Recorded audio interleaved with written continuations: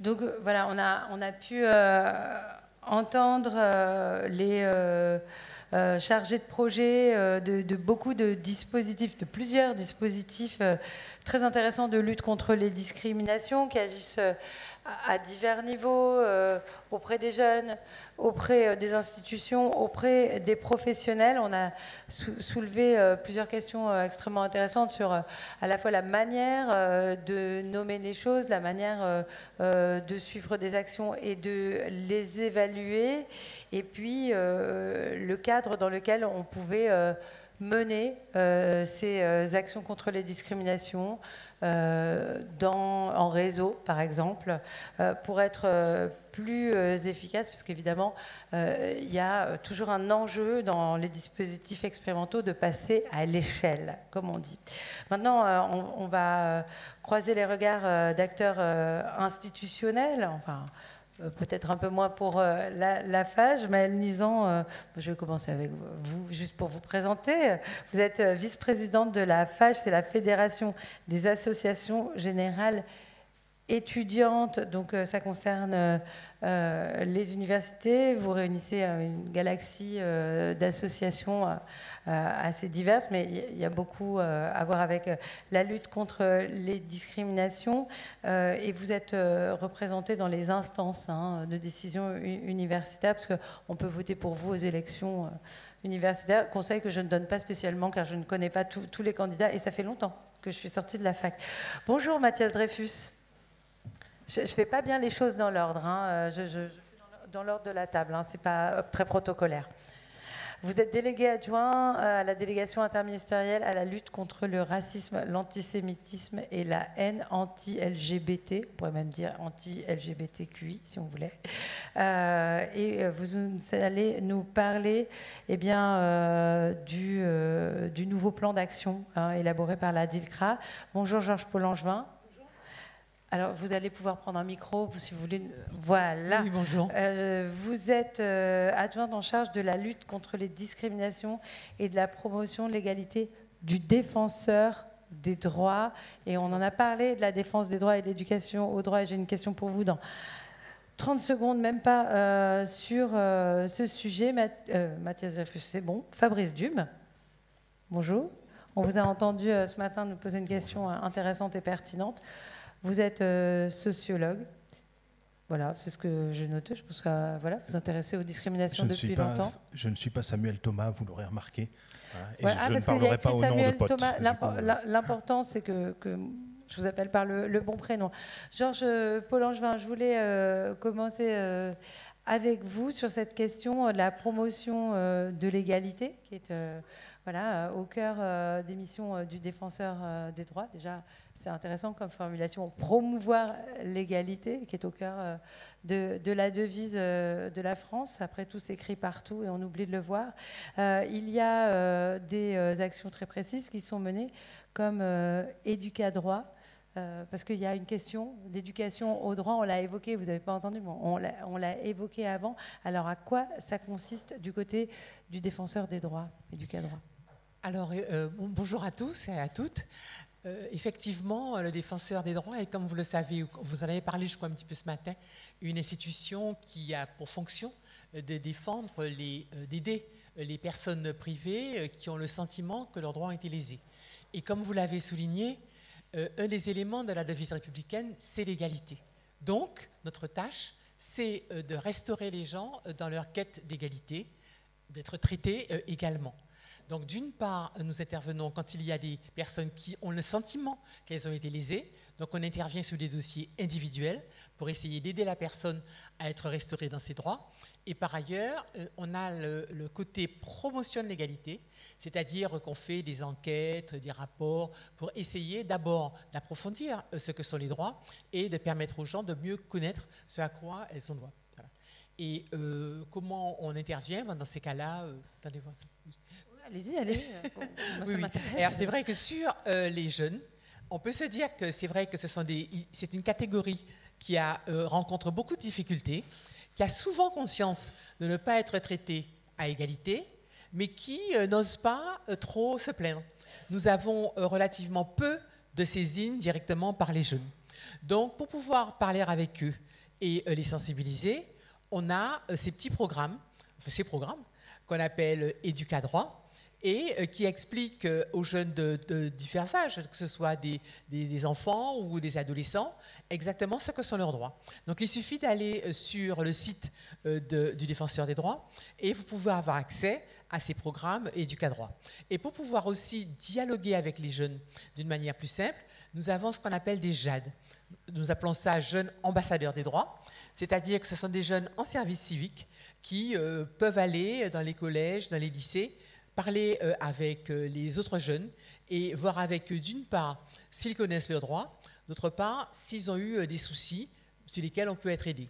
Et c'est vrai qu'à travers ces JAD et à travers les dialogues qu'ils peuvent avoir avec les jeunes, eh bien, ça fait remonter un certain nombre de difficultés que rencontrent les jeunes et qu'on peut essayer de traiter.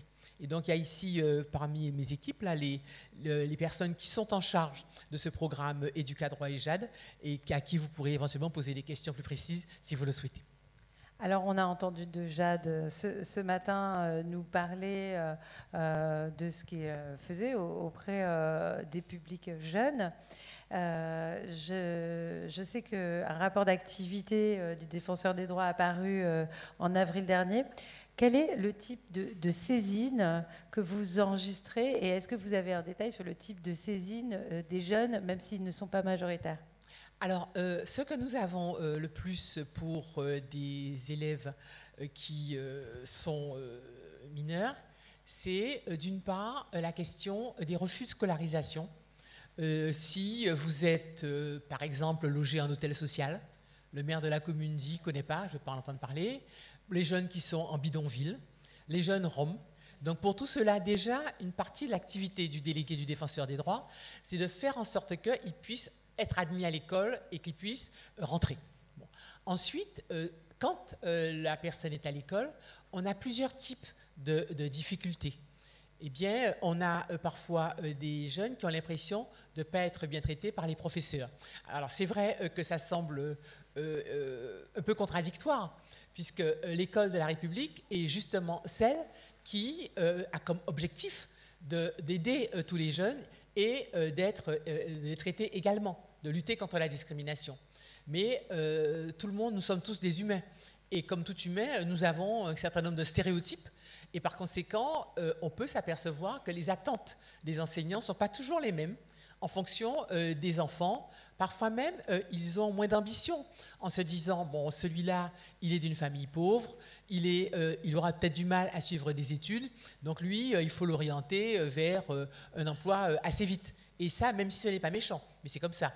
On a aussi toute la question qui concerne les enfants qui sont porteurs de tel ou tel handicap.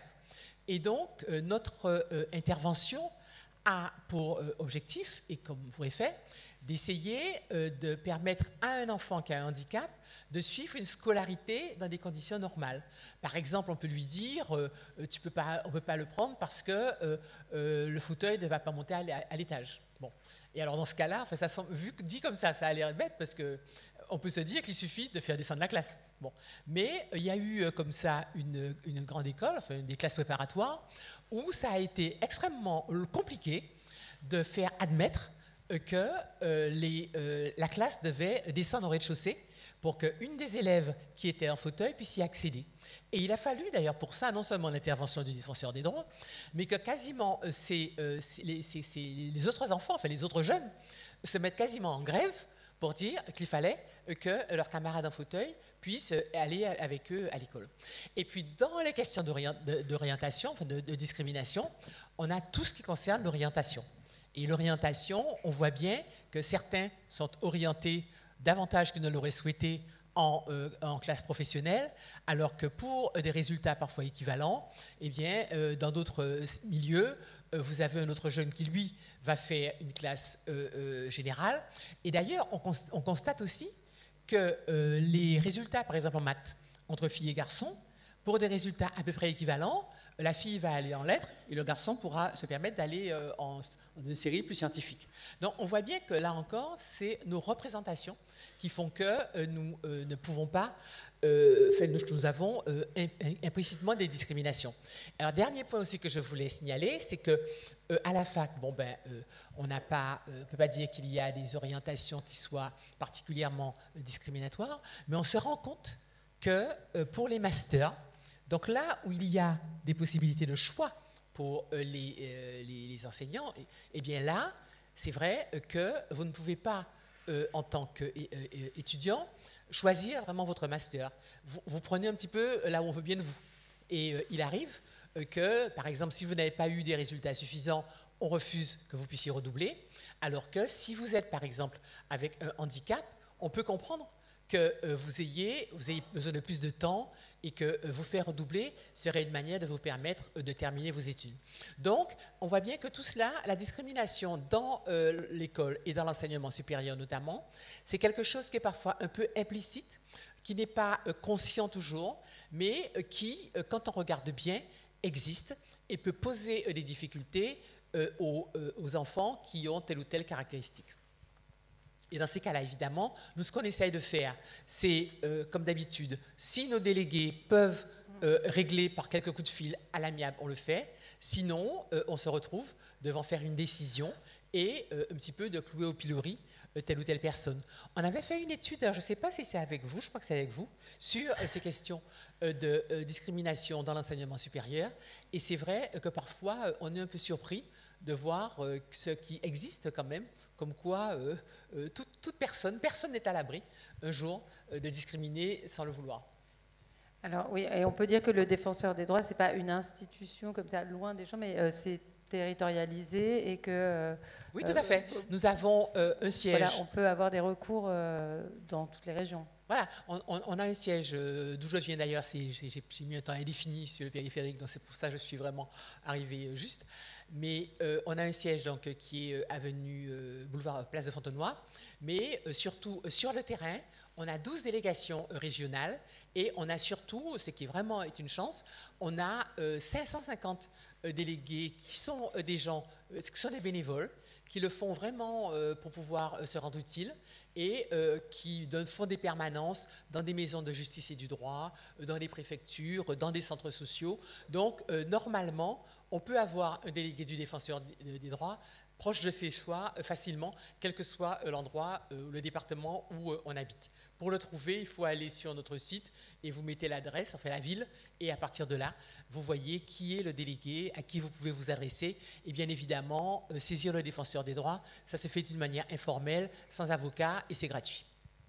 C'est parfois long pour aboutir, mais on s'occupe quand même des dossiers. Alors, on va sûrement vous réentendre dans un instant. Georges Paul-Angevin, Maëlle Nizan, comme je disais, vous êtes vice-présidente de la FAGE.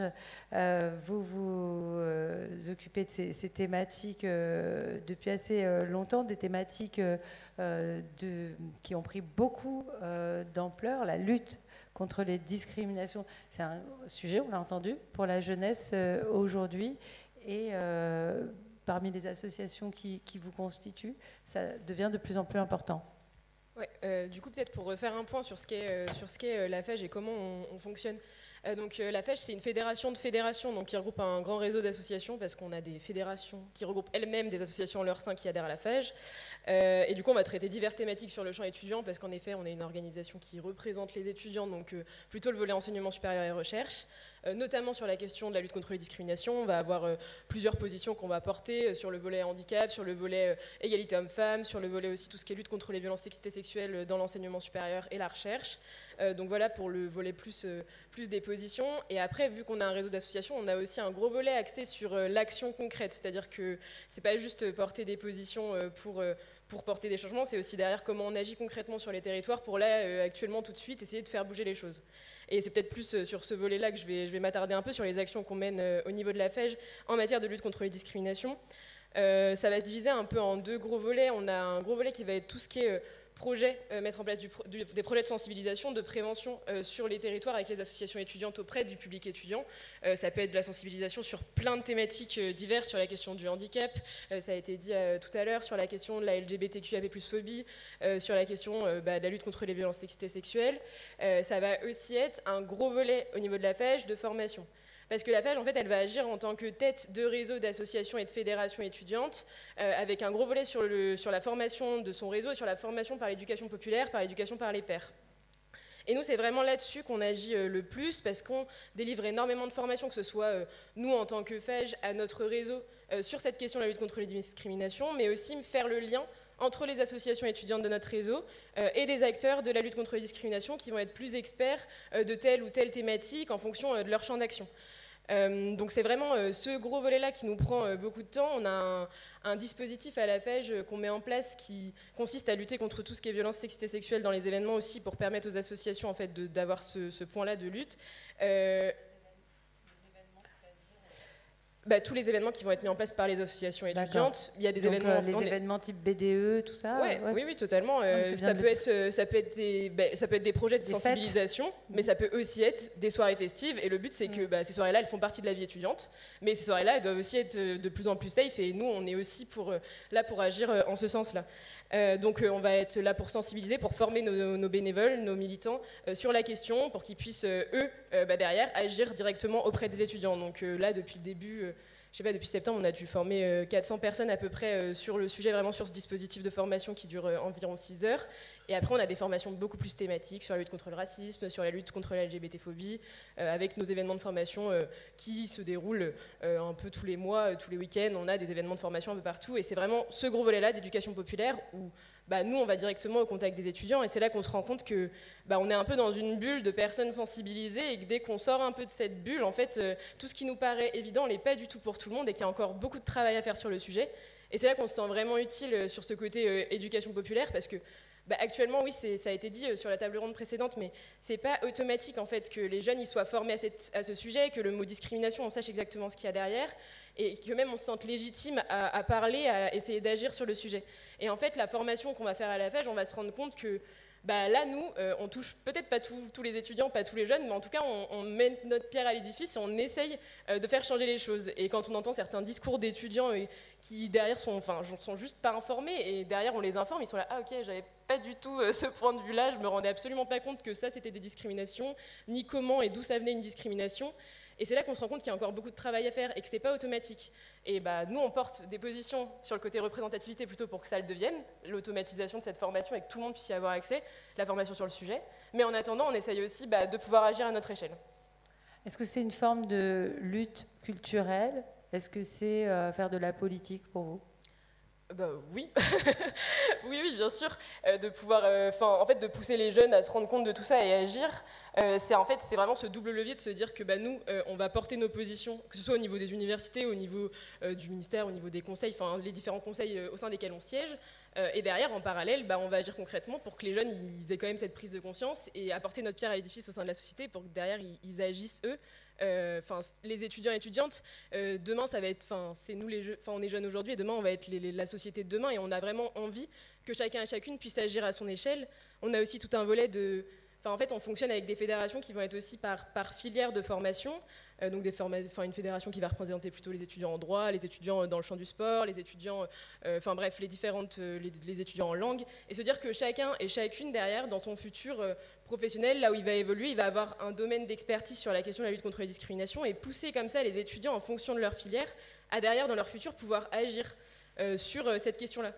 Moi par exemple je suis étudiante en STAPS dans tout ce qui est le champ du sport et j'ai vraiment mon mémoire je le fais sur ce sujet-là, sur la question de la lutte contre les violences sexistes et sexuelles dans le sport, et c'est en fait permettre à chaque étudiant de pouvoir à son échelle ensuite agir et amener sa pierre à l'édifice pour faire changer la société fondamentalement en fait. Donc oui, c'est une forme de lutte, oui. On reviendra peut-être aussi sur ce volet politique. Du reste, Fabrice Dume, vous avez assisté à toute cette journée, vous aurez peut-être envie d'y revenir.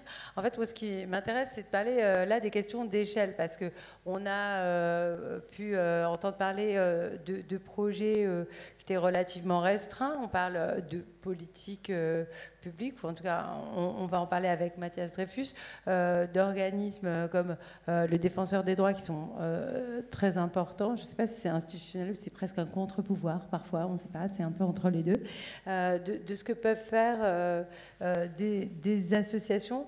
En tant que sociologue qui s'intéresse à la question des discriminations, comment vous voyez, pour le coup, ce qui pourrait s'apparenter à une mosaïque avec des carreaux de taille assez différentes? Si vous voulez bien prendre le micro. Je pense que les questions d'échelle, elles se posent parce que les projets qu'on a vus aujourd'hui sont souvent des projets locaux, à des échelles locales elles-mêmes variables, d'accord, et que du coup ça génère des prismes particuliers dans les façons de voir, mais qu'il ne faut pas oublier derrière, et ça a été rappelé à chaque fois régulièrement, c'est-à-dire combien les cadres collectifs, institutionnels, sont une des conditions sine qua non de la possibilité de travailler légitimement ces questions et de les travailler en profondeur. Voilà. Et ça, c'est la difficulté, c'est quand on rentre par le local, on peut avoir des arrangements avec des acteurs mobilisés, on peut trouver un chef d'établissement, c'était le cas dans un projet, on peut trouver telle direction de mission locale qui, etc. Super. Mais les politiques nationales sont loin, c'est peu dire, sont loin de constituer un cadre qui autorise ce travail-là. On est plutôt globalement dans un déni de cette question, et ce qui est compliqué, c'est que ce déni, il est en même temps caché par un discours qui occupe le terrain de discrimination, sur les discriminations. On pourra revenir sur la qualité de ce discours, mais on l'a à tous les niveaux. On a des discours qui disent on fait des formations, mais qu'appelle-t-on des formations? Pour mémoire, lorsque le FACILD, qui n'existe plus, le Fonds d'action et de soutien pour l'intégration et la lutte contre les discriminations, quand il y a eu cet embryon de politique publique à la toute fin des années 90, le FACILD a travaillé sur des programmes de formation et a essayé à la fois de tester des programmes et de discuter avec l'ensemble des acteurs concernés en se disant qu'est-ce qu'il faudrait faire comme format de formation. Et le minimum de format qui était prévu pour pouvoir accompagner des équipes vers un passage à l'action, vers une transformation des pratiques, c'était 6 jours de formation. Voilà, je nous rappelle ça parce que 6 jours, c'était tout à fait insuffisant en même temps. Mais bon, c'est ce qu'on pouvait faire, le compromis financier qui pouvait être fait pour ça. Voilà. Alors quand aujourd'hui on entend qu'ils ont fait des formations de 2 heures partout, saupoudrées, enfin, on ne parle pas de formation, il faut être sérieux, 2 minutes. Voilà. Donc c'est ça que j'appelle à un moment donné des questions de cadre politique. Il a été dit tout à l'heure, il faut des moyens considérables pour une question qui est considérable. Et l'absence de moyens montre bien combien cette question est tenue comme, je sais pas, un complément moral, probablement, effectivement, des choses. Il n'y a pas en France de politique publique sur ces questions-là. Et donc, ces questions d'échelle, elles sont importantes parce que sans ce cadre politique, qui n'existe pas en France, les actions locales sont précaires. Elles reposent sur la mobilisation de personnes qui, on l'a entendu, parfois depuis 20 ans, 25 ans, se battent contre vents et marées pour faire exister et avancer à leur échelle des choses. C'est formidable. Mais que d'énergie pour faire tenir pendant 25 ans contre une absence de politique publique, voire même contre, ça a été dit, des stratégies de rétorsion lorsque des jeunes ouvrent la parole, lorsque des collectifs de jeunes se fondent pour dénoncer des discriminations et qui vont être littéralement sabordés. Pour empêcher, on supprime les moyens, on supprime les ressources institutionnelles qu'ils pouvaient avoir. Je pense au collectif qui s'était monté à Lormont, par exemple. On a des histoires qui sont documentées autour de ça. Donc il y a un vrai problème. Derrière le problème d'échelle, il y a vraiment pour moi une question de colonne vertébrale politique qui n'existe pas autour de ces questions-là. Est-ce que ça veut dire que quand un projet s'arrête, parce que les professionnels le quittent, parce que la mairie ne le finance plus, a changé de couleur, quelque chose comme ça, il n'en reste rien? Parce que finalement, qu'est-ce qui reste d'un projet de lutte contre les discriminations qui aurait pu être mené pendant 10, 15, 20 ans? Alors, vous n'avez peut-être pas complètement la réponse, mais je peux au moins vous demander si ça a été étudié. Je peux prendre l'exemple du projet Villeurbanne, puisque j'en sors d'une certaine manière. Qu'est-ce qui se passe? Il y a 2 dimensions dans cette question-là. Il y a la question de la temporalité, c'est-à-dire est-ce qu'il y a des choses qui se maintiennent, mais qui est liée à la question de l'organisation. En l'espace de 4 ans, un établissement scolaire, vous pouvez avoir avec le jeu des mouvements de personnel, totalement dispersés, une équipe qui était mobilisée. Donc tant que le projet y tient, avec la mobilisation et de l'intérêt politique interne à l'établissement autour d'un projet, ça peut fonctionner. Mais s'il n'y a plus cet élément-là et qu'on est simplement dans le classique du fonctionnement de l'institution, voilà, en l'espace de 3-4 ans, vous pouvez avoir dispersé les forces. Ce qui veut dire, la conséquence, c'est qu'il n'y a plus d'engagement de l'établissement. Alors, il y a des individus qui ont connu des choses, qui portent des choses, mais vous faites quoi quand vous êtes tout seul dans une équipe de 40 profs à avoir été porté sur cette question-là? Voilà. Donc il y a des vrais problèmes qui sont liés à, c'était dit ce matin, à la question des rapports de pouvoir. C'est que pour pouvoir transformer des choses à des échelles collectives, il faut penser des rapports de force. Il faut qu'à l'intérieur d'une équipe, il y ait une masse suffisante de gens qui soient formés, bien formés, qui soient clairs sur ce qu'on appelle lutte contre les discriminations, qui ne soient pas dans un discours de l'insertion comme on a pu entendre, ou dans un discours de travailler sur les jeunes pour qu'ils se présentent bien, etc. C'est-à-dire une vraie logique qui vient interroger la façon dont l'institution fonctionne et produit des inégalités. Voilà. Quand on a, j'ai envie de dire, un seuil un peu critique comme ça du collectif qui porte ces éléments-là, ça peut avoir des effets durables, mais la dispersion fait que dans le temps, ça ne tient pas. Voilà. Alors, une illustration sur Villeurbanne, c'est l'un des groupes de recherche-action qui a travaillé sur la question des bulletins scolaires, avec l'idée de mettre en place un dispositif où on pouvait travailler à l'échelle de 7, 8, 10 établissements d'un coup, ce qui constituait, vous imaginez, sur le plan de la connaissance, un volume tout à fait important, tout à fait conséquent de travail. Le groupe a travaillé sur la mise en place d'un protocole de recherche et il a été bloqué au moment où il y a eu changement de délégué académique. Voilà. Et donc le projet s'est arrêté. Donc il y a des vrais enjeux qui ne peuvent pas se satisfaire de l'engagement individuel des personnes, même si, bien sûr, on a aussi besoin qu'il y ait des personnes qui individuellement s'engagent. Si ce n'était pas le cas, on n'aurait pas des projets qui durent 20 ans. Voilà, c'est clairement. Ça va peut-être... Non, ça va peut-être inspirer des questions dans la salle ou peut-être un échange entre vous. Alors, vous disiez qu'il n'y a pas de politique nationale, mais je ne sais pas, Mathias Dreyfus, déjà, vous allez peut-être avoir envie de répondre quelque chose, étant donné que vous êtes délégué adjoint à la délégation interministérielle à la lutte contre le racisme et l'antisémitisme et la haine anti-LGBT. Donc, c'est un organisme national. Un nouveau plan d'action a été lancé par la Première ministre elle-même le 30 janvier dernier.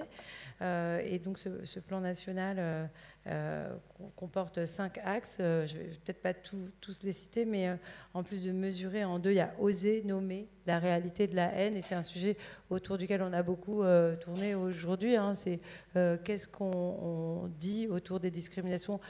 Est-ce qu'on utilise le mot? Est-ce qu'on utilise les mots? Parce qu'il y en a peut-être d'autres, évidemment, derrière. Mieux éduquer, allez, je dis les 5, et former, on en a parlé aussi, sanctionner les auteurs, ça on n'en a pas trop parlé, accompagner les victimes. Donc qu'apporte ce nouveau plan?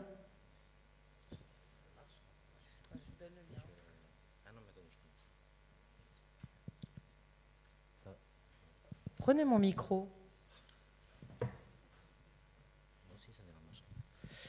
Oui, merci beaucoup pour effectivement toutes ces questions. Et effectivement, il a été dit qu'il n'y a pas de politique nationale de lutte contre la discrimination.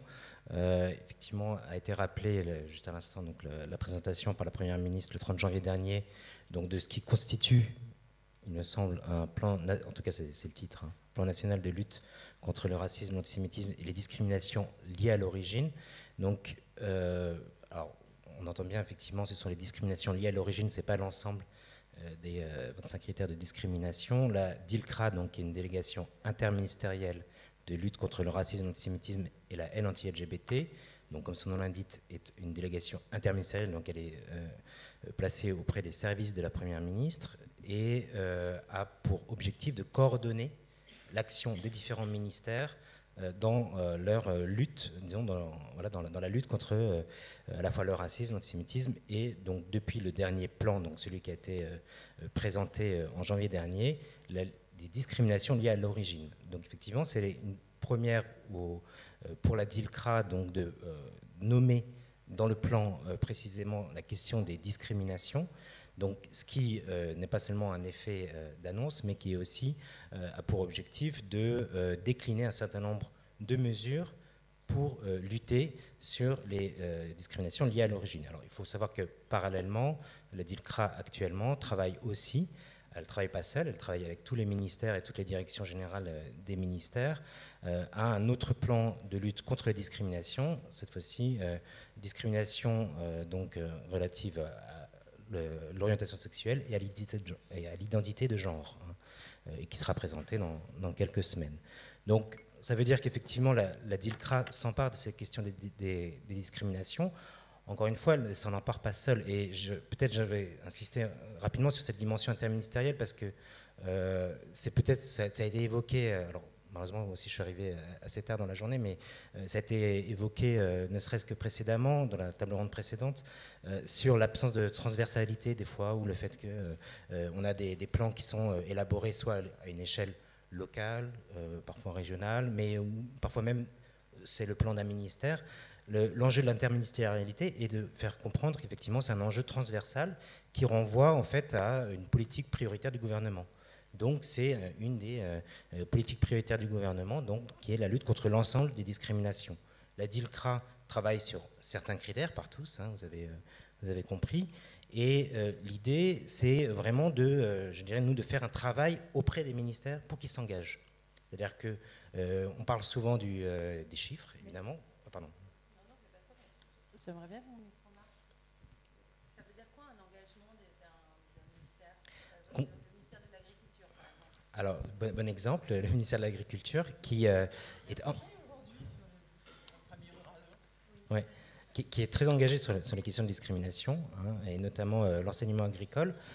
Concrètement, ça veut dire que quand on parle de financement, parce que c'est souvent là que le bas blesse, la DILCRA a des crédits d'intervention, elle soutient le tissu associatif à la fois national et local qui travaille sur les questions racisme, antisémitisme, lutte contre les discriminations liées à l'origine et orientation sexuelle, identité de genre, mais il y a aussi tout l'engagement financier des ministères, de l'éducation nationale par exemple, du ministère de l'Agriculture, par exemple, de l'enseignement supérieur, etc. etc. C'est-à-dire que les ministères, c'est d'ailleurs dans le plan, hein, établissent une feuille de route, hein, et chiffrée, et qu'ils s'y tiennent.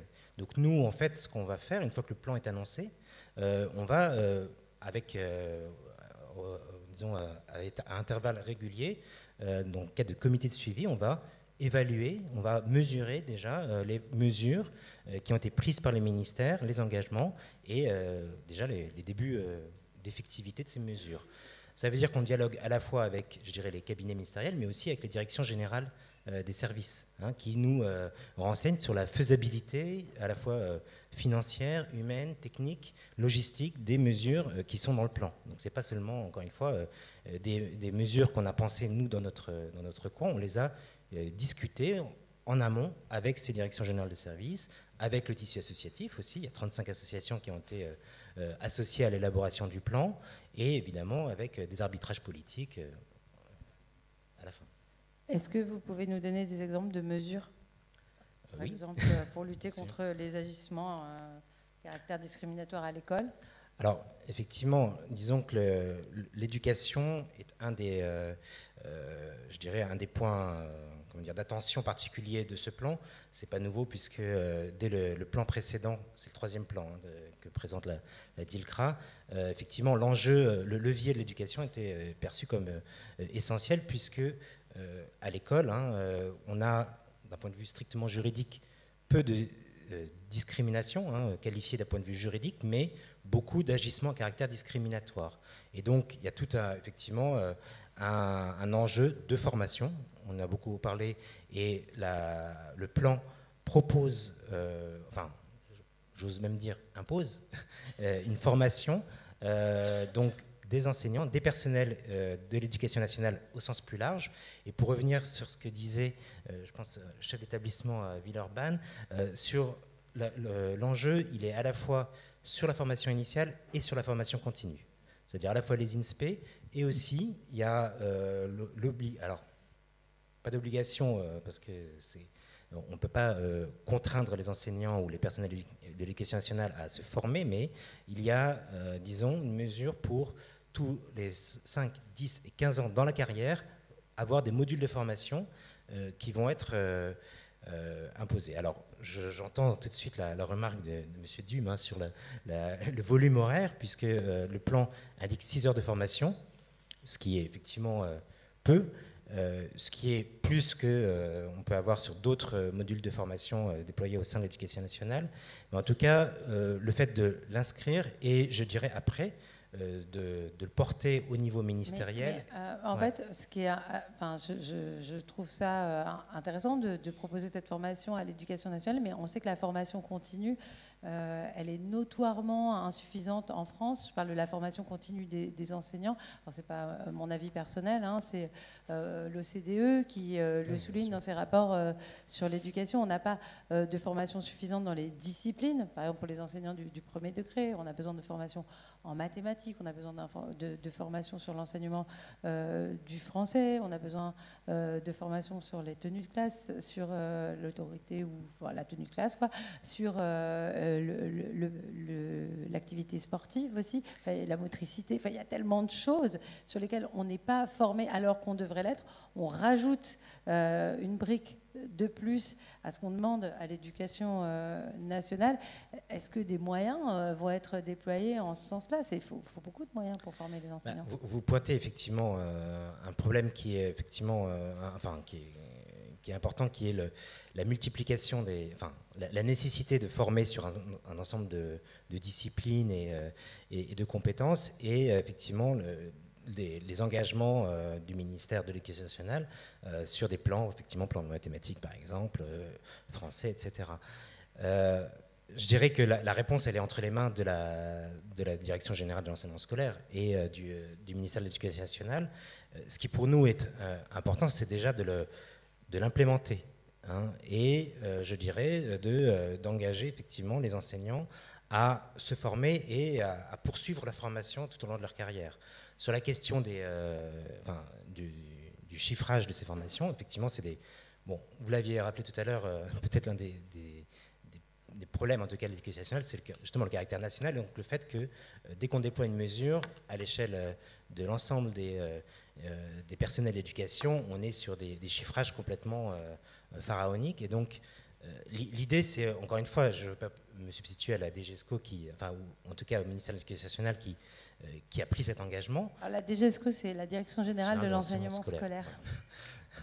C'est pas le ministre, c'est le numéro 2 du ministère. Voilà, c'est le bras droit. Jean-Michel Blanquer a fait ça très longtemps aussi. Et c'est effectivement eux qui portent la mise en œuvre de ces mesures. Donc, au-delà des là, ministres... Vous avez des réunions avec Édouard Geffrey, l'actuel DGESCO, pour voir comment ça peut être déployé. Oui, tout à fait. Oui, et on travaille. On a déjà en tête des séminaires de formation, des mesures plus concrètes. Une des mesures aussi, qui n'est pas directement sur la question des discriminations, c'est plutôt sur le volet lutte contre le racisme et l'antisémitisme, qui est aussi l'obligation d'une visite scolaire, d'un lieu de mémoire ou d'histoire lié à la lutte contre le racisme, l'antisémitisme. Alors ça peut s'adosser au programme d'histoire, donc c'est vrai que c'est fait en région parisienne, il y a un certain nombre de lieux de mémoire, mais ça repose sur un travail muséal et associatif aussi, qui est hyper important en France, qu'on s'intéresse au camp de Drancy, au mémorial qui est à Paris, ou au camp des Milles, qui propose des projets assez différents. Et c'est vrai, c'est un travail important, mais qui vient un peu de l'extérieur. Alors là, je vais arriver avec une question un peu de journaliste, mais que je trouve intéressante à vous poser à ce moment de la conversation, c'est qu'on s'intéresse à ce qui est fait institutionnellement, en termes de lutte contre les discriminations. Donc on parle du genre, de l'orientation sexuelle, on parle évidemment de racisme, mais moi qui m'intéresse beaucoup au féminisme, ce que j'ai remarqué, c'est que MeToo a fait en très peu de temps ce que aucune politique publique n'avait réussi à réaliser, à mettre sur la table, et que finalement c'est ce qui circule dans la société, et peut-être parmi les étudiants, enfin les jeunes, et ceux qui s'intéressent aux jeunes questions, qui permet de faire bouger les choses. Et qu'on a beau mettre plus ou moins d'argent, installer des projets avec beaucoup de bonne volonté et tout, il y a un moment où c'est parce que il y a un vent qui traverse notre société avec là, les réseaux sociaux, mais je pense que MeToo, c'est vraiment une question d'époque aussi. Il y a une question qui a émergé, comme elle avait émergé au début des années 70 pour cette deuxième vague du féminisme, pour me référer à ce sujet en particulier, mais qui a un grand sujet qui concerne quand même beaucoup de monde. Donc, je vais vous poser la question à vous, Georges Paul Angevin. Est-ce que vous pensez que vous êtes aidé, ou non d'ailleurs, par certaines évolutions de la société, presque plus que par le caractère institutionnel de ce qu'on peut mettre en place? Évidemment, ça nous rend très modestes, puisque les uns et les autres, à notre niveau, nous essayons de faire avancer des choses, de sensibiliser. Et c'est vrai que par rapport à de bonnes campagnes de presse, à la télévision, etc., on ne fait pas le poids. On a vu ça, nous, très clairement. Nous avions fait sur ce qui concerne les personnes âgées. Donc, ce n'est pas les jeunes, mais c'est un peu... on avait fait l'agisme, c'est un grand sujet. Hein. On avait fait un rapport très sérieux sur les EHPAD, avec plein de recommandations. Et effectivement, on avait eu un succès d'estime. Et puis, il y a eu le livre sur les fossoyeurs, qui a été une bombe dans les médias. Castanet, voilà. C'est un confrère. Et du coup, c'est vrai que tout le monde a parlé de ça. Et d'ailleurs, à ce moment-là, on avait fait un rapport d'étape, finalement, sur notre rapport précédent, et la défenseure a été invitée partout pour parler de nos recommandations. Mais si vous voulez, je crois qu'à la fois, c'est vrai, et en même temps, il ne faut pas que ça nous démobilise. Parce que moi, quand j'ai regardé les projets qui étaient retenus aujourd'hui, je me suis dit, tiens, on sent bien qu'il y a des endroits où il y a une espèce de suivi, de lutte régulière, d'intérêt pour les sujets discrimination, et qu'ils continuent. Par exemple, Grenoble, par exemple, Villeurbanne, et d'une année sur l'autre, on voit qu'ils continuent à travailler sur leur créneau.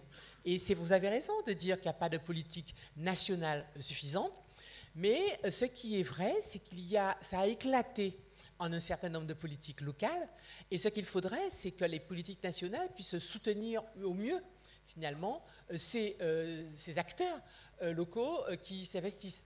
Par exemple, je suis allée la semaine dernière à Saint-Quentin. Écoutez, Saint-Quentin, il y a un lycée qui est particulièrement actif, qui a fait un plan, qui fait beaucoup de choses, et on se dit que parfois, il y a une équation personnelle aussi. Il y a un investissement personnel qui fait que les choses peuvent avancer. Ce que je regrette en regardant les plans locaux de lutte contre les discriminations, c'est qu'on a l'impression qu'on fait le plan, mais vous savez, il y a plus de 25 critères. Donc, on peut travailler sur tel ou tel type de discrimination. Et parfois, on a le sentiment qu'on travaille sur des choses qui sont moins difficiles, qui sont un peu plus dans l'air du temps. Par exemple, aujourd'hui, c'est vrai que l'égalité homme-femme, c'est quand même un sujet, il reste à faire, mais on progresse. Les gens sont sensibilisés. Bon, même sur le handicap, il se fait des choses, on essaie d'avoir des politiques nationales et d'avancer. Mais il y a des sujets qui restent désespérément un petit peu dans l'ombre, si j'ose dire. C'est, par exemple, la discrimination origine. Là, c'est un sujet sur lequel tout le monde dit c'est très mal, c'est très très mal, mais personne n'arrive à faire une politique concrète pour pouvoir essayer de bouger. Et dès que quelqu'un propose de bouger, et par exemple, la prédécesseure de Mme Rome, Mme Moreno, avait dit, pour progresser, il faut mesurer. Si on veut savoir si on progresse, il faut mesurer. Tout le monde dit, vous n'y pensez pas, nous sommes un pays totalement antiraciste, et par conséquent, nous n'allons pas nous mettre à compter les gens, à évaluer combien il y a de Noirs ou de Maghrébins quelque part. Or, si vous voulez, le paradoxe de l'histoire, c'est que moins on compte, plus on peut continuer à dire, tout va bien, non, on fait ce qu'il faut, non, il n'y a pas de problème, et en réalité, on voit bien que ce n'est pas satisfaisant.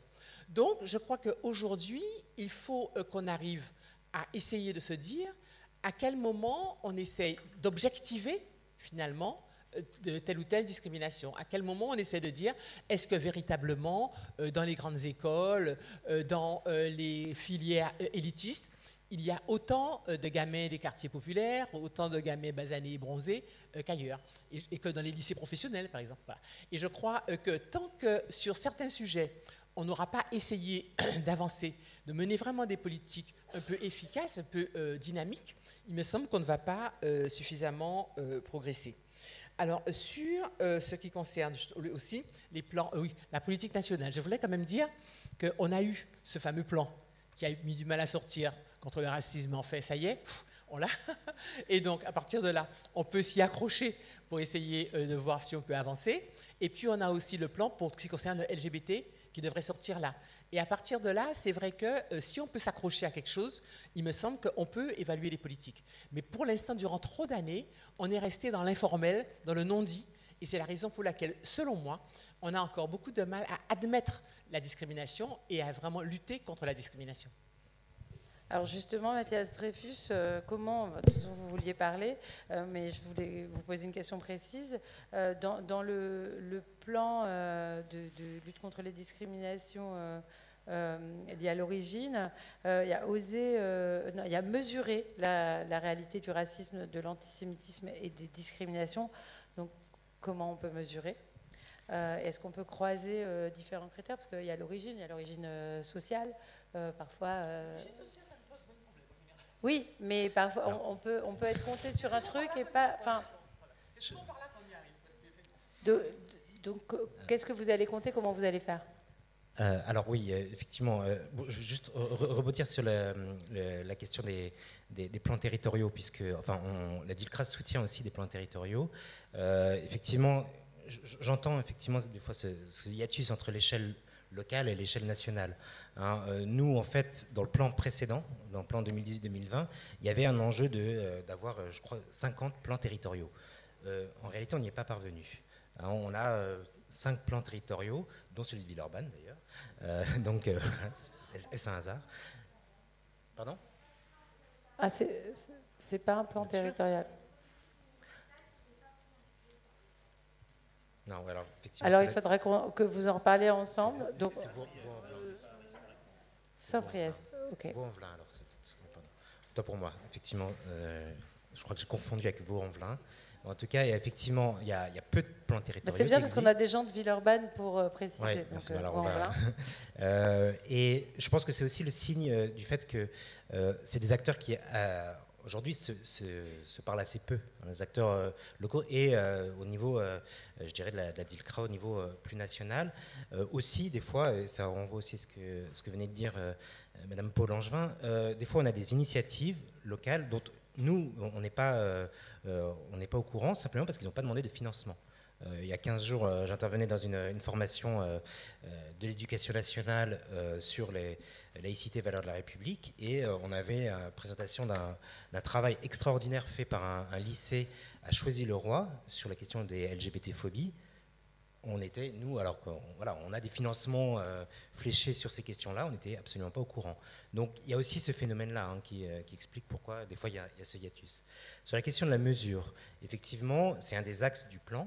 Hein, et l'idée, effectivement, c'est de soutenir, d'abord financièrement, les actions. Monsieur Lorty, je crois qu'il est parti, mais a présenté le travail qui est fait par l'Observatoire Onde. Hein.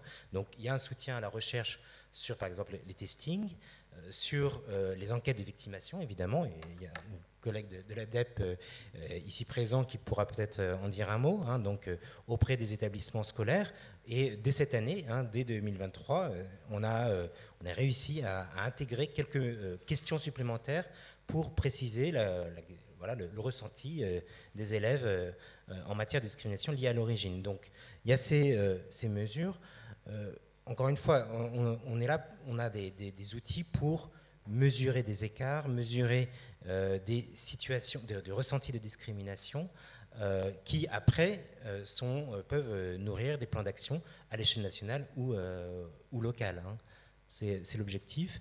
Puisque, juste un dernier mot, la DILCRA, effectivement, travaille depuis, je dirais, son point de vue, enfin, depuis son bureau parisien, mais a aussi un outil de territorialisation qui sont les CORA. Donc, c'est le comité opérationnel de lutte contre le racisme, l'antisémitisme, les discriminations, la haine anti-LGBT, et on va rajouter maintenant le volet discrimination lié à l'origine, et donc qui, dans chaque département, en fait, ces comités se réunissent au moins 2 fois par an pour élaborer les politiques donc au niveau des départements de lutte contre ces discriminations.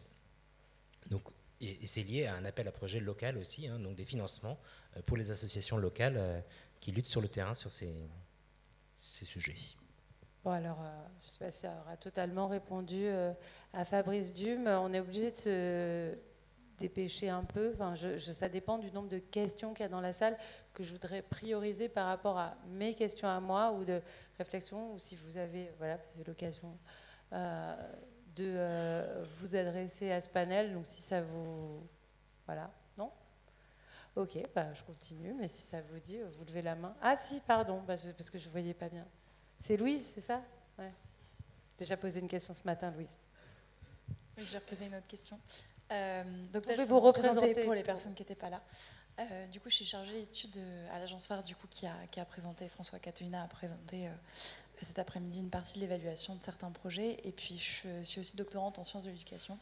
Et je travaille sur la manière dont des associations d'éducation populaire adressent la question des inégalités, du coup, de classe sociale, de genre et non raciale.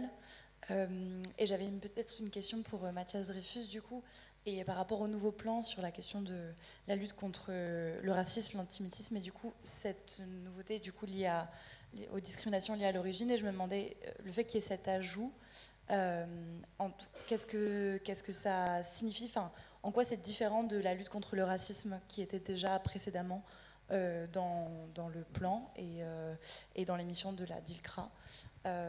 Donc voilà, du coup, quelle différence en fait vous faites là-dessus et pourquoi c'est un volet qui a été ajouté spécifiquement là-dessus. Voilà, merci beaucoup pour votre réponse. Merci. Alors effectivement, c'est une question très importante parce que si on fait un petit peu d'histoire, la DILCRA donc a été créée donc en 2012, mais rattachée auprès des services du Premier ministre en 2014 et dans un contexte quand même très marqué par une recrudescence des actes à caractère raciste et antisémite. Et je dirais qu'il y a eu tout ce contexte effectivement de lutte contre les actes racistes antisémites, hein, donc avec, je dirais, un accent fort mis sur le volet un peu régalien, hein, c'est-à-dire sécurité, protection des victimes, des lieux aussi.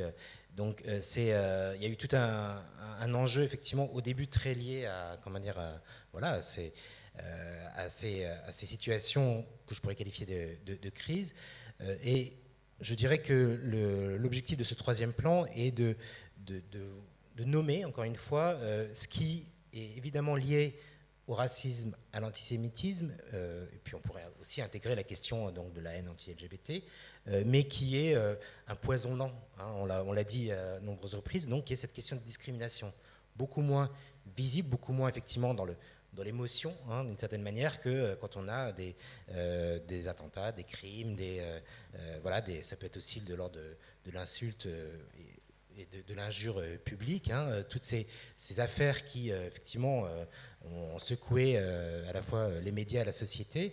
Et la question de discrimination est beaucoup moins du registre émotionnel. Et encore une fois, l'idée, c'est là de nommer ce qui constitue un poison lent pour notre démocratie et aussi, très concrètement, de pouvoir... Mais du coup, vous faites quoi pour les violences perpétrées par les forces de police, par exemple, qui peuvent être à caractère raciste, parce que ça, c'est des cas dont on entend parler très, très régulièrement. On les nomme. Est-ce que ça circule? On a aussi le ministère de l'Intérieur, c'est une mission interministérielle, et on sait que c'est un ministère qui a plutôt tendance à protéger ses fonctionnaires pour plein de raisons historiques. Si on parle de nommer les choses, il y a un moment où il faut bien en arriver là.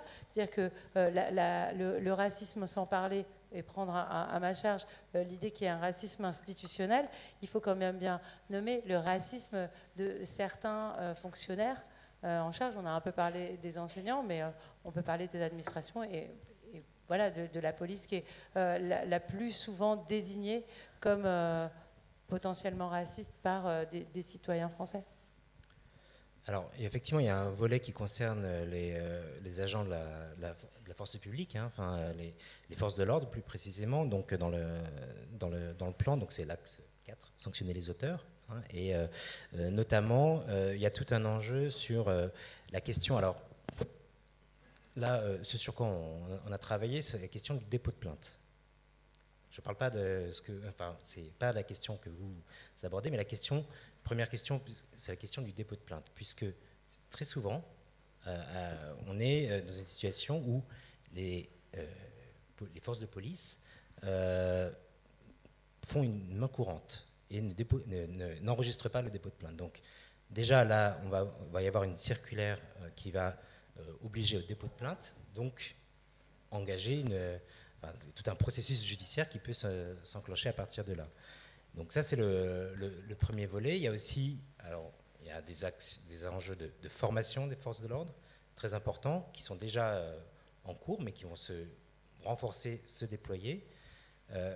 Encore une fois, nous, on travaille avec le ministère de l'Intérieur, mais l'idée, c'est que le ministère de l'Intérieur déploie sa propre feuille de route sur ces enjeux-là. Et je ne vais pas me substituer au ministre de l'Intérieur. On adorerait pouvoir lui poser des questions sur ce sujet. Voilà, Georges Polangevin. Moi, ce que je voulais ajouter là-dessus, c'est qu'effectivement, nous, en tant que défenseurs des droits, nous sommes un contrôle externe sur les forces de police et sur le respect par les forces de sécurité de leur déontologie. Donc, on n'est peut-être pas directement violence policière, mais nous sommes là pour pouvoir intervenir et faire des enquêtes indépendantes lorsque on a à reprocher tel ou tel comportement aux forces de police. Et alors, une fois que nous avons fait nos enquêtes et que nous avons conclu qu'il y a eu un dérapage de la part de telle ou telle force de police, à ce moment-là, nous ne pouvons pas nous-mêmes appliquer une sanction, mais nous pouvons demander au ministère de l'Intérieur de sanctionner tel ou tel policier. Alors, durant un certain nombre de fois, on s'était rendu compte qu'il n'y avait pas de suite de la part du ministère de l'Intérieur, donc on l'a évidemment regretté publiquement. Et là, je dois dire que dans la période récente, il y a eu des suites. Le problème, c'est que parfois, nous considérons que pour des actes très graves, faire un blâme ou un avertissement, ce n'est pas suffisant. Mais en tout cas, nous pouvons demander et souligner lorsqu'il y a eu manquement.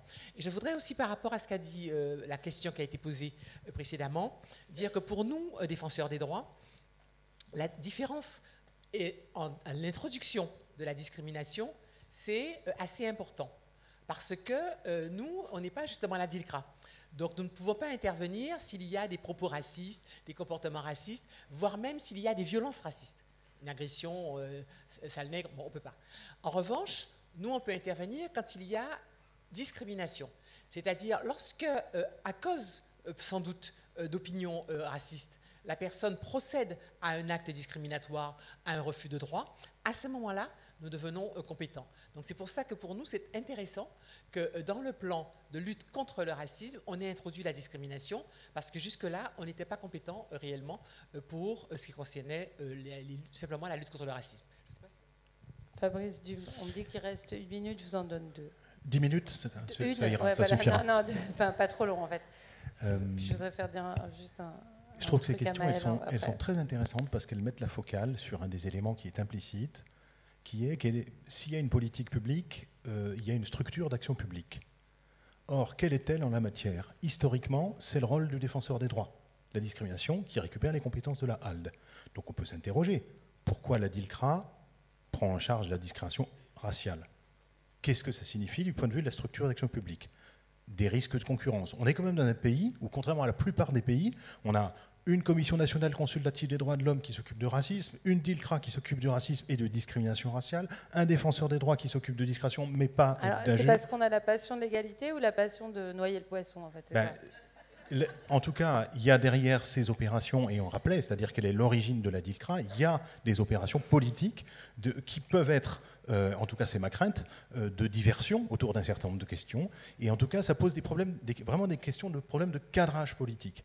Rattacher la discrimination raciale à la haine et au racisme, c'est un vrai problème. Si on regarde en fait les enquêtes sociologiques qui sont faites sur la discrimination, elles montrent, et on l'a rappelé toute la journée, que le problème des discriminations, c'est un problème de nature systémique et structurelle. Ce n'est pas une question de haine agitée par quelques groupes néo-nazis ou d'extrême droite ou par quelques individus mal socialisés à la nation. Ce n'est pas ça le problème.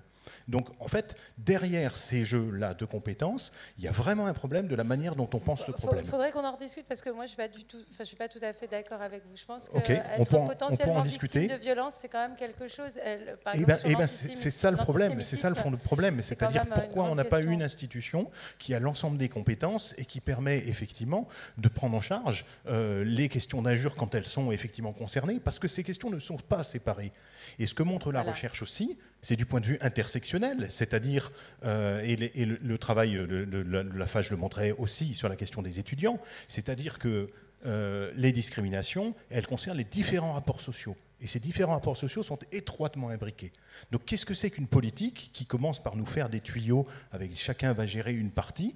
C'est une politique qui n'est pas indexée à la manière dont le problème public est réellement organisé. Donc on a un vrai problème. Dernière chose, c'est sur la question de la formation, j'y reviens. Parce qu'on parlait de la formation dans l'éducation nationale. La formation sur les questions, et on l'a vu dans les projets, elle est optionnelle. Attendez, ça veut dire que la question du droit et du respect du droit, c'est une option dans ce pays. Donc là encore, on a un problème de politique publique. Si la discrimination, c'est une question de choix moral, de s'engager ou pas dans un projet, vous voyez, vraiment, on a un problème absolument fondamental dans cette affaire. Je voulais rappeler, parce que la discrimination, on a parlé tout à l'heure, et c'est vous qui rameniez cet élément de l'éducation A. En fait, on en vient toujours à l'éducation A, parce qu'en fait, on pense que le problème, c'est de former les élèves. Moi, j'ai souvenir, quand vous étiez ministre, que vous nous aviez demandé de venir former votre cabinet. Super. Eh bien, on a vu des résistances et des niveaux de résistance au sein du cabinet de la ministre qui étaient sacrément gratinés. Voilà. Ben c'est ça, former sur la discrimination. C'est aller dans les institutions, travailler sur les résistances des institutions et des professionnels qui les agissent pour essayer de lever tous les obstacles à l'égalité dans ce pays. Voilà. Et c'est ça que moi j'appellerais une politique. Et je voudrais terminer en disant, parce que j'ai la chance ou la souffrance de travailler sur cette question depuis bientôt 30 ans, et d'avoir connu à peu près toutes les politiques publiques depuis 1996, enfin de non-politiques publiques depuis 1996 sur cette question-là. Et je voulais rappeler qu'en 2013, le gouvernement de Jean-Marc Ayrault, le Premier ministre, a commandé une série de rapports au nom de la refondation de la politique d'intégration. Il y a 5 groupes de travail qui ont travaillé. Là, on a un sacré programme politique pour transformer les institutions. On pourrait sortir les rapports des tiroirs, peut-être, pour s'inspirer d'un certain nombre de choses, plutôt que de refaire des plans. Je suis très content qu'il y ait un plan, ce n'est pas une critique par rapport au plan, c'est que la question de se dire, qu'est-ce qui se passe aussi dans la réactualisation sans cesse de plans, qui laissent dans les tiroirs un certain nombre de choses structurelles, bien informées, qui ont été faites antérieurement. Énorme question politique. Je vais terminer avec vous, Maëlle, et Saïd Amouche va nous rejoindre ensuite. Voilà, ceux-là, on sait qu'ils fonctionnent, les autres, ils doivent fonctionner, mais je ne suis pas complètement sûre. Du coup, le changement vient de la société. Est-ce que vous, en tant qu'étudiante, même si vous êtes une étudiante extrêmement engagée, vice-présidente de la FAGE, vous pensez que finalement, on a parlé de confiance dans les institutions et de confiance dans la politique, ça viendra plutôt des citoyens? En fait, je pense qu'on le voit depuis le début de la journée, c'est que souvent, ça a été dit et redit, quand on a des choses vraiment qui se passent, ça repose sur des individualités. C'est-à-dire des personnes qui ont envie de faire changer les choses, où qu'ils travaillent, dans quelque domaine que ce soit, c'est des personnes qui vont avoir envie de faire changer les choses et qui vont agir. Nous on le voit, moi je vais parler du domaine que je connais le mieux qui est du coup le côté enseignement supérieur, où c'est vrai que les universités qui sont plus proactives sur la question, c'est les universités où on va avoir des personnes qui ont envie de faire changer les choses sur la question. C'est pareil sur les établissements scolaires, on l'a dit tout à l'heure, et ça c'est un constat qui est assez général sur le fait ça va reposer sur des personnes et du coup manquer de durabilité dans le temps, parce que forcément quand ça repose sur une personne, 2 personnes et qu'elles s'en vont, ça s'effondre. Et nous c'est des choses qu'on constate aussi dans le milieu de l'enseignement supérieur, c'est que il y a plusieurs, je ne critique pas non plus les plans qui sont mis en place et je pense que c'est important, mais juste souvent on se rend compte que qu'est-ce qu'il y a derrière, c'est bien de mettre des plans en place, mais derrière concrètement sur le terrain, qu'est-ce que ça change? Et on revient sur la question de l'évaluation en fait, des politiques publiques, sur quels moyens d'évaluation on met derrière et comment on améliore les choses. Si on se rend compte que, par exemple, si c'est le 3e plan et qu'on n'arrive pas à en tirer des vraies conclusions, comment on réfléchit vraiment structurellement pour avoir des politiques qui ont un réel impact sur le terrain. Et là, je parle aussi parce que moi, c'est un sujet qui m'intéresse dans la recherche, vraiment plus personnellement qu'au-delà de la FEJ. C'est vraiment la question de se dire que on a eu des politiques, on a envie d'agir sur le sujet collectivement, juste, c'est très tubulaire, je suis assez d'accord avec ce qui a été dit. Et derrière, concrètement, sur le terrain, c'est-à-dire quand on va auprès des personnes qui doivent être concernées par ces politiques-là, quand on leur parle, elles n'ont pas connaissance, elles ne voient pas de différence, alors que des actions plus ponctuelles qui vont être portées par des individus, ils vont beaucoup plus en entendre parler. Nous, par exemple, en tant qu'association, oui, c'est des petites formations, c'est des actions qui sont palliatives et qui reposent sur des étudiants pour des étudiants, et ça ne va pas révolutionner les choses, mais n'empêche que la plupart des étudiants et étudiantes conformes ou qu'on va sensibiliser sur le terrain, souvent, c'est des sujets dont ils n'avaient jamais entendu parler, alors même qu'il y a des plans sur la question dans l'enseignement supérieur qui sont mis en place depuis plusieurs années. Et c'est là qu'on se pose des questions de derrière quel est l'impact réel sur les personnes, ou comment on fait, en fait, pour que ces politiques-là, elles aient un réel impact. Non pas qu'elles ne soient pas importantes et qu'elles ne soient pas nécessaires, mais comment on se pose vraiment la question de si actuellement elles n'ont pas d'impact, se poser, réfléchir à comment on fait pour que ces politiques-là, elles en aient un, en fait. Merci pour cette conclusion en forme de question. Merci à tous. Donc, force de l'action publique, incarnation et performation.